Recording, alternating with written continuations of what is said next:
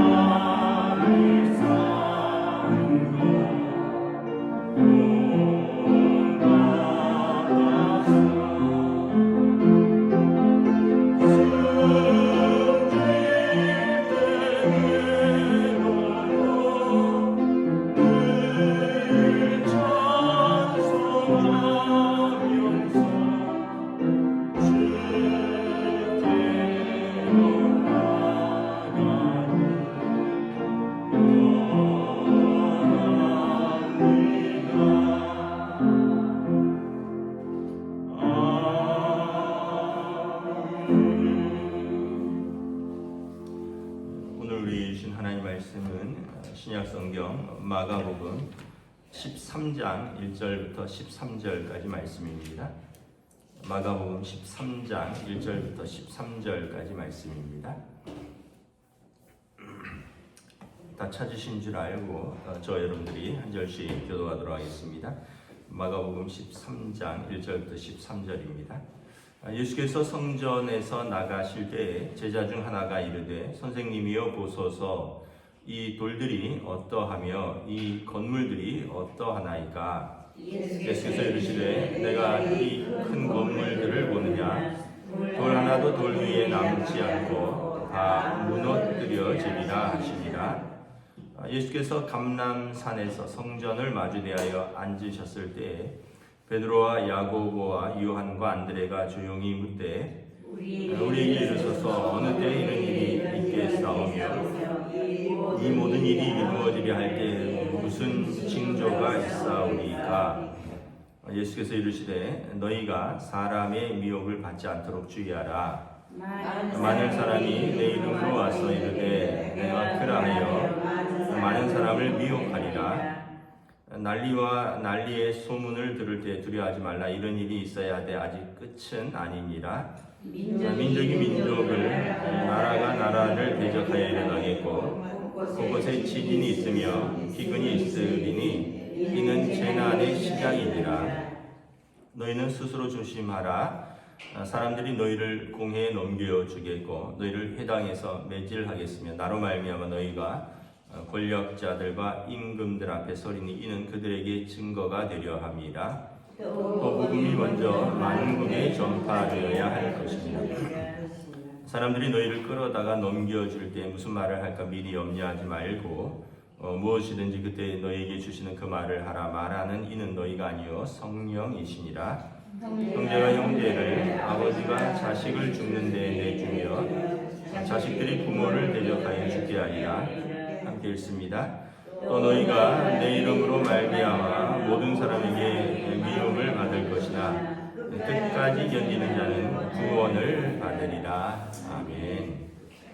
할렐루야. 네, 오늘 또 새날을 주셨습니다. 하나님께서 은혜와 평강으로 함께해 주시기를 축복합니다. 어제 제가 광고 드렸듯이 내일부터 명절이 시작되죠. 그래서 금, 토, 월요일은 새벽 기도가 없습니다.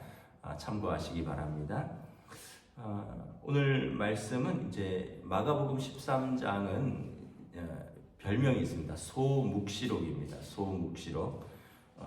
묵시록이나 계시록이나 이제 비슷한 표현인데 이제 어떤 종말에 대하여 감춰져 있는 것을 밝힌다 이런 의미가 있죠. 요한계시록, 마가복음 13장이 이제 소묵시록이라고 해서 13장의 마지막 때의 그 비밀에 대해서 예수님이 말씀을 하십니다.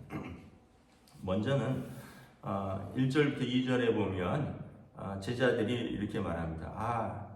이 돌들, 이 건물 어떻습니까? 선생님, 이제 예루살렘 성전을 말하는 것입니다. 예루살렘 성전은 예수님 이전에 대헤롯이라고 이 사람이 무려 이제 주전 40년 전부터 유대인들의 환심을 사려고 이렇게 제대로 지었던 건물입니다. 우리가 성경에서 예루살렘의 그 성전은 3번 공식적으로 세워집니다. 솔로몬 왕 때에 솔로몬 성전이 세워지고요. 주전 618년에 바벨론에 의해서 멸망하면서 그때 이제 불을 지르고 또 성전의 금들, 기물들, 성전 기둥의 금 다 뺏겨가면서 성전이 불타거든요. 그래서 포로기에서 돌아와서 스룹바벨이 느헤미야와 함께 돌아와서 좀 초라하지만 나무로 성전을 짓습니다. 이것을 제2성전이라고 합니다. 이 스룹바벨 성전이라고도 합니다. 제1성전이 솔로몬 성전이고요. 두 번째가 제2성전 스룹바벨 성전이고, 그리고 이제 나라가 다시 이제 헬라에 의해서, 그리스에 의해서, 로마에 의해서 망하면서 성전도 또 이렇게 초라해지고 무너지게 되니까 이 대헤롯, 예수님을 죽이려고 했던 그 대헤롯이 유대인 백성들의 마음을 사고자 아주 웅장하게 또 돌과 또 많은 그 보석들, 뭐 또 금, 뭐 은 이런 걸 해서 예수님 당시에는 계속 짓고 있는 중입니다. 거의 뭐 7, 80년을 지었다고 해요.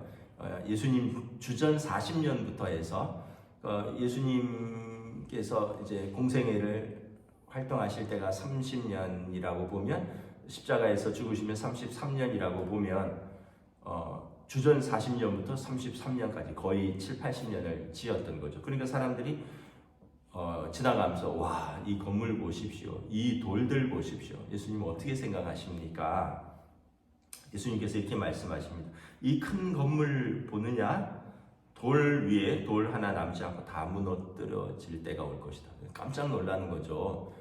아니, 예루살렘 사람들의 자부심이고 자랑인 이 예루살렘 헤롯 대성전이 무너진다니요. 그 예수님께서 두 가지 죄목으로 공회에 기소되었습니다. 하나는 하나님의 아들이라고 하는 신성 모독이고, 두 번째는 성전 모독죄입니다. 성전이 무너질 것이다. 그리고 예수님께서는 내가 사흘 만에 짓겠다는 이 돌로 된 성전은 무너지지만 성전이신 자신의 몸이 죽었다가 부활하시는 것에 대해서 말씀하셨는데, 제자들도 깨닫지 못하는데 서기관과 바리새인들 사람들이 어찌 알겠습니까?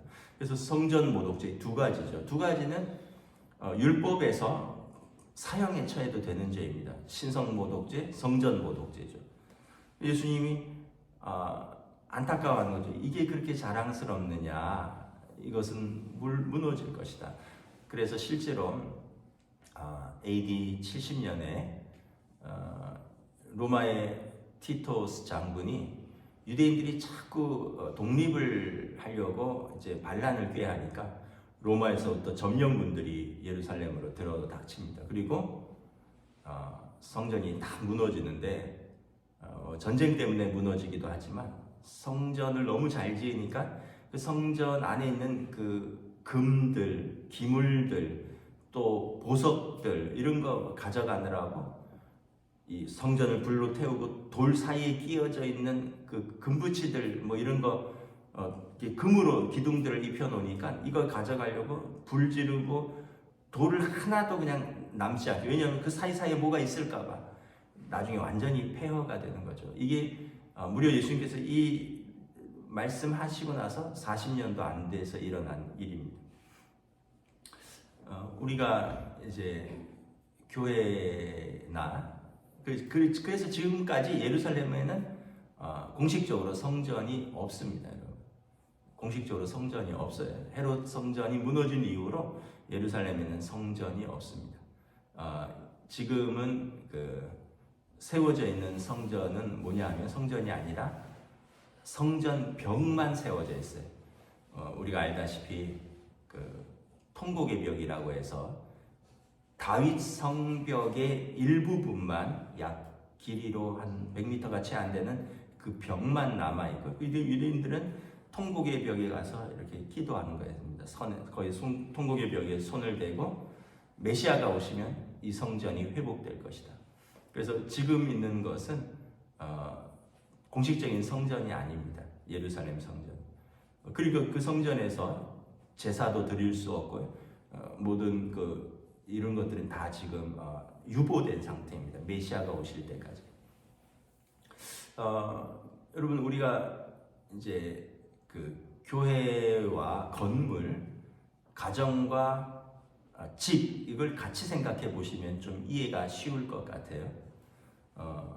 교회당은, 예배당은 건물입니다. 그 자체가 교회는 아니에요. 여러분, 가정이 있고 집이 있잖아요. 그 가정은 식구들이 있으면 가정이죠.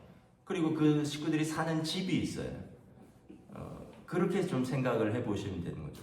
여러분, 건물은 오래될 수 있고, 또는 건물은 새를 살 수도 있어요. 건물은 내 건물일 수도 있고, 지하일 수도 있고, 상가 5층일 수도 있고요. 근데 다 교회라고 하는 거죠. 제가 뭐 아주 큰 교회들을 미국에 있을 때 좀 가봤어요. 뭐 세들백 교회라든가 이런 교회들은, 뭐 크리스탈 교회 이런 교회들은 어마어마하게 잘 지었어요. 크리스탈 교회는 진짜 유리로 다 지은 교회, 어마어마한 교회예요. 근데 그 교회가 이제 부도 나서 성당에 카톨릭에 팔렸죠. 여러분, 건물은 그런 거예요. 또 예수님 시대에 세워졌던 많은 교회들이 지금 뭐 터키나 이런 소아시아 지역에 있는 교회들, 지금 그 건물들은 없어요. 에베소라든가 빌립보라든가 골로새서 이런 교회들, 데살로니가 교회들이 없어요. 그렇지만 그 교회들, 그리고 그곳에 신앙생활하는 사람들은 있거든요. 다 그분들은 성도고 교회인 거죠. 그래서 건물이, 우리나라도 제가 좋은 교회는 사랑의 교회 가봤고요. 거의 백화점처럼 지어놨습니다. 부산의 수영로 교회 가봤고요. 어마어마해요. 규모가 예배당에 5,000명 이상 들어갑니다. 사랑의 교회는 7,000명 이상 들어간다 그러고, 또 충현교회 역삼동에 있더라고요. 지나가다가 너무 멋있어서 진짜 웅장한 돌들로 이렇게 한 블록을 다 차지하고 있더라고요. 충현교회도 지나가다 봐. 영락교회도 우리가 가까이 있고. 그런데 그 자체가 아름다운 교회고 건물이지만 그거를 너무 우상시할 필요는 없다. 왜냐하면 오래되면 낡고 비세고, 또 어떤 역사적인 사실 속에서 시간이 되면 무너질 수도 있고 팔릴 수도 있고, 그래서 이 건물에 너무 애착을 가질 필요는 없다. 그 안에 있는 사람들이 교회이고 성도들이다라는 거죠. 여러분, 집도 그렇잖아요. 집도 뭐 좋은 집에 살면 좋죠, 그 식구들이. 근데 좀 덜 좋은 집에 살면 가정 아닌가요? 집 아닌가요? 또는 전세 살면은 내 집 아니고 전세 살면은 가족 아닌가요? 반지하 살면 가족 아니에요? 제가 집도 좋은 집들 가봤거든요. 미국에 있을 때는 팔로스 버지스라고 산 위에 있는데 태평양이 쫙 보이고, 정말 그 지역이 뭐 완전히 개인 사유화된 그 프라이빗 에리어라 그러는데, 도로 자체도 접근이 안 되는 그런 집들. 근데 그 당시에 이제 $200만 그랬는데, 뭐 외국 집은 한국보다 싸요. 한국에 와서는 여러분, 광화문 사거리가 다 내려다 보이는 아주 좋은 집이 있더라고요. 집 전체가 통유리예요. 한 7, 80억 한다 그러더라고요. 그런 집도 한번 가봤고, 뭐 우리가 상상하는 것 이상의 집들이 있어요. 제일 좋은 집은 그건 안 가봤는데, 롯데 호텔 새로 지은 데 있잖아요.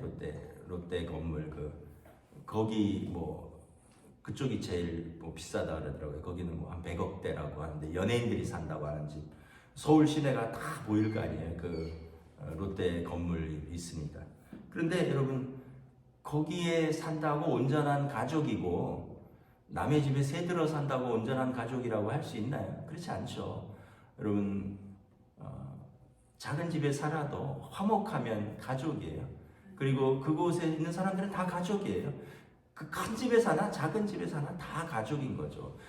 물론 좀 부러워할 수 있겠죠. 야, 저런 좋은 집에서 한번 살아보고 싶다. 뭐 이럴 수는 있겠지만, 그렇다고 해서 우리는 가족이 아니냐? 그렇지 않다는 거죠. 오늘 예루살렘 성전도 마찬가지고, 오늘 이 시대의 교회도 마찬가지고, 여러분, 그곳에서 믿음을 지키고 그곳에서 사랑하고 말씀대로 살면 교회고요. 그렇지 못하고 그곳에서 싸우고 분쟁하고, 또 그곳에서 하나님의 은혜가 없으면 교회가 아닌 거죠. 집도 아까도 말씀드렸지만, 좋은 집에 뭐 광화문 내거리 또는 뭐 서울 시내가 다 보이는 집에 살아도 식구들 간에 화목하지 못하고 맨날 싸우고 이러면, 그것도 여러분 단칸방에서 사는 것 못지않게 불행한 가정인 거죠. 예수님께서 건물에 자부심 갖고 건물을 자랑하지 말아라. 이것은 무너질 때가 온다. 그래서 실제로 유대인들이 예루살렘 성전이 무너져서 큰 충격을 받았습니다.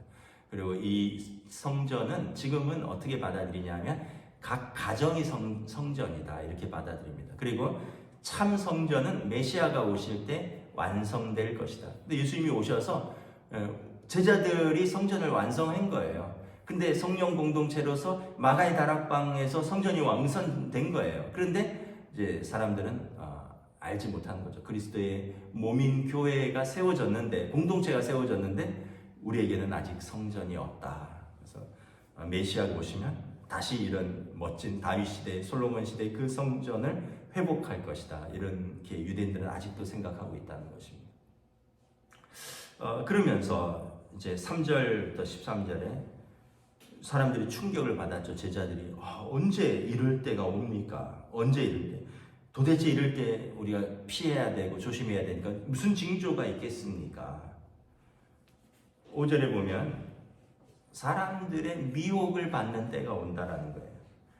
6절에 많은 사람들이 그리스도의 이름으로 오고 많은 사람이 내가 그리스도라고 하는 사람들이 나타나서 미혹한다는 거죠. 그러고 보면 지금이 그런 때죠. 많은 사람들이 자기가 그리스도라 그러잖아요. 신천지도 그렇고 뭐 하나님 어머니라고 하는 사람, 어머니 하나님이라고 하는 사람도 있고 뭐 통일교도 그렇고 독생자라고 하고 독생녀라고도 하고 뭐 스스로 성령 보혜사라고 하는 사람도 있고 지금이 여러분 그런 때입니다. 지금이. 그래서 뭐 하라고요? 분별력을 가지고 있어야 되는 거예요. 예수님께서 뭐라고 했어요? 스스로 조심하라. 깨어서 분별력이 있어야 된다는 거예요. 막 여기저기에서 뭐 요한계시록 강의한다 그러고 뭐 여기서 특별한 비밀이 있다 그러고 그래서 막 비밀리에 성경 공부하는 데가 많거든요. 그리고는 절대 누구랑 성경 공부하는지 말하지 말라 그러고 비밀 결사 조직처럼 신앙생활을 하는 사람이 있어요. 여러분 우리나라가 공산국가입니까? 우리나라가 이슬람이라서 타 종교를 믿으면 잡혀가고 이래요? 그렇지 않잖아요. 근데 우리나라에서 무슨 비밀 결사로 성경 공부를 합니까? 절대로 집에도 말하지 말라 그러고 다니는 교회에도 말하지 말라 그러고 자기들끼리만 막 은밀하게 모여서 성경 공부하고 교재는 놓고 가라 그러고 여러분 우리가 토라 공부하는데 광고 안 한가요? 주보에 광고 시간 광고 안 하고 단톡방에 광고하고 할 사람 누구나 들어오라 그러고 내용을 공개 안 하고 그러던가요? 비밀 우리끼리만 하는 겁니다. 가족들에게도 알리지 마세요. 주변에 아무도 이 공부한다고 알려주지 마세요. 제가 그러던가요? 뭔가 수상한 거예요. 여러분 분별력이 있어야 되는 거예요. 특별한 게 있어서 당신만에게만 알려줍니다. 이러면 여러분 진리가 아닐 가능성이 있어요. 성경은 여러분 누구에게나 계시가 다 알려진 겁니다. 그리고 국가적으로는 어떤 일? 난리와 난리의 소문이 있고요.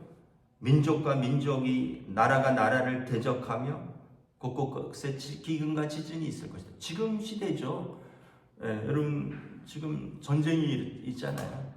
또 전쟁이 있다 보니까 그 세계의 곡창지대 우크라이나에서 제대로 밀을 수출 못하고 또 그 팔레스타인 그쪽에 전쟁이 있으니까 거기에서 지금 홍해 쪽으로 가는 그 운하를 미사일 공격하고 그러니까 배들이 제대로 통과하지 못하고 저쪽에 남아프리카 공화국 케이프타운으로 뺑 돌아서 가니까 30일인가 40일 더 걸린다 그러고 이제 유가 오를 것이고 곡물가 오를 것이고 또 뭐 다 지금 막 난리잖아요.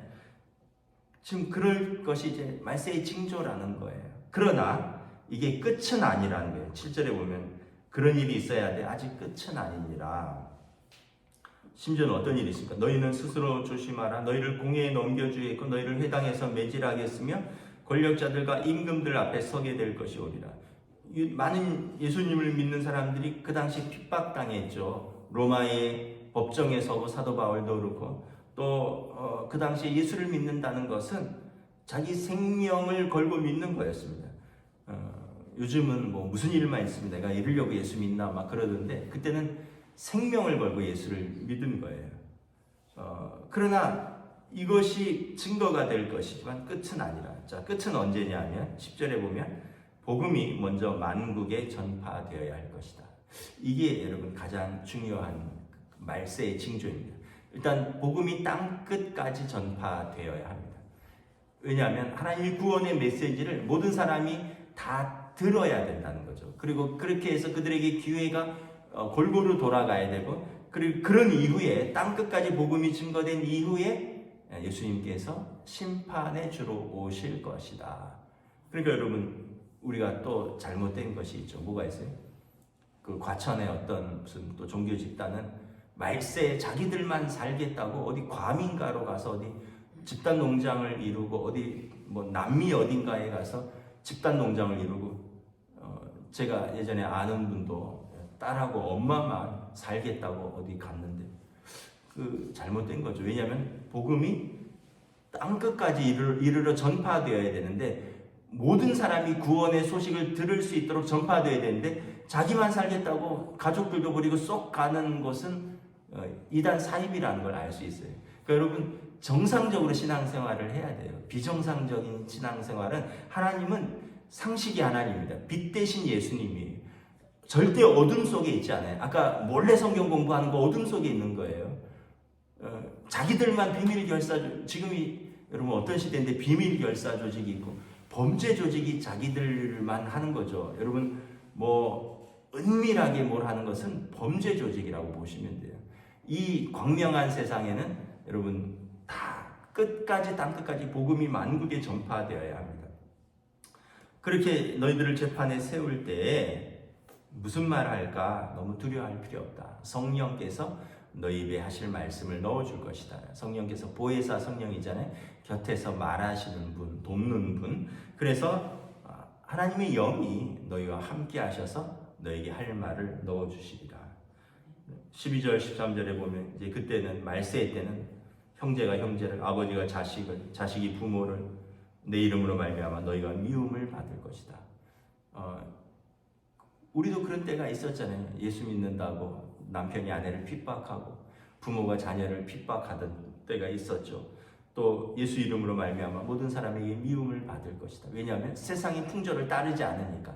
세상의 풍조를, 그러니까 예수님께서 그러잖아요. 너희를 미워하는 것이 아니라 나를 미워하는 것이다.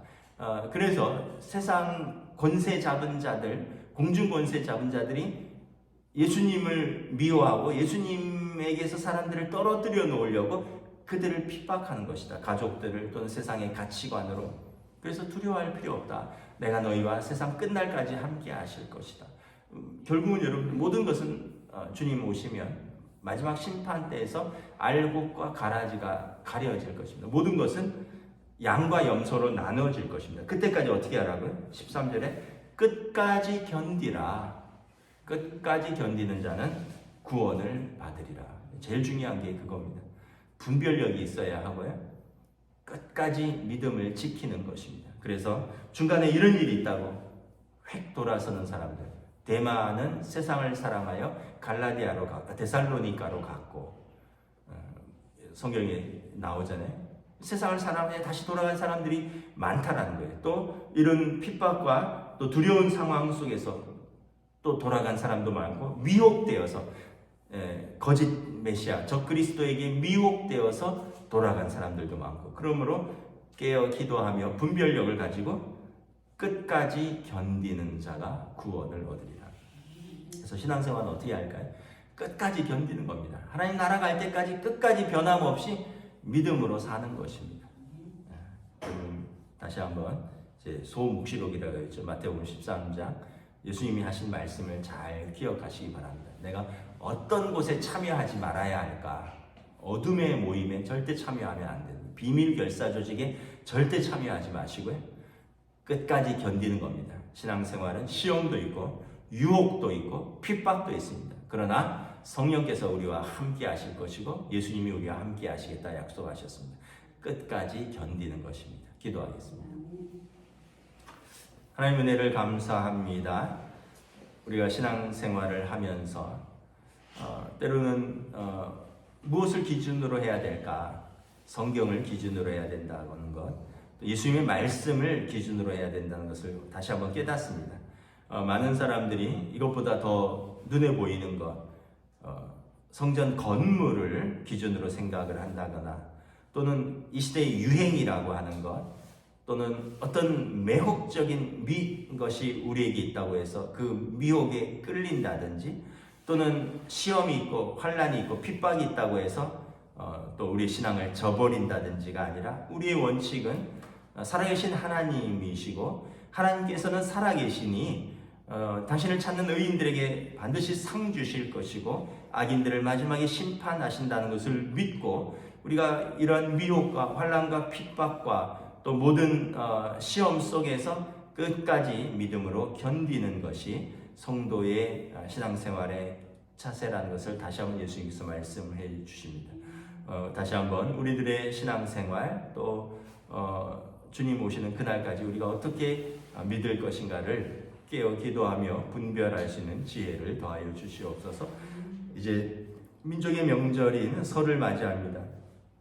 먼 길을 오고 가는 성도들도 있고, 또 가족들이 다 모일 때 주님 주시는 은혜가 있고 기쁨이 있고 사랑이 넘치고 안식과 또 충전이 있는 복된 명절로 성령님께서 함께하여 주시옵소서. 감사를 드리오며 우리 주 예수 그리스도 이름으로 기도드리옵나이다. 아멘. 하늘에 계신 우리 아버지, 아버지의 이름을 거룩하게 하시며 아버지의 나라가 오게 하시며 아버지의 뜻이 하늘에서와 같이 땅에서도 이루어지게 하소서. 오늘 우리에게 일용할 양식을 주시고 우리가 우리에게 잘못된 사람을 용서하여 준 것 같이 우리 죄를 용서하여 주시고 우리를 시험에 빠지지 않게 하시고 악에서 구하소서. 나라와 권능과 영광이 영원히 아버지의 것입니다. 아멘.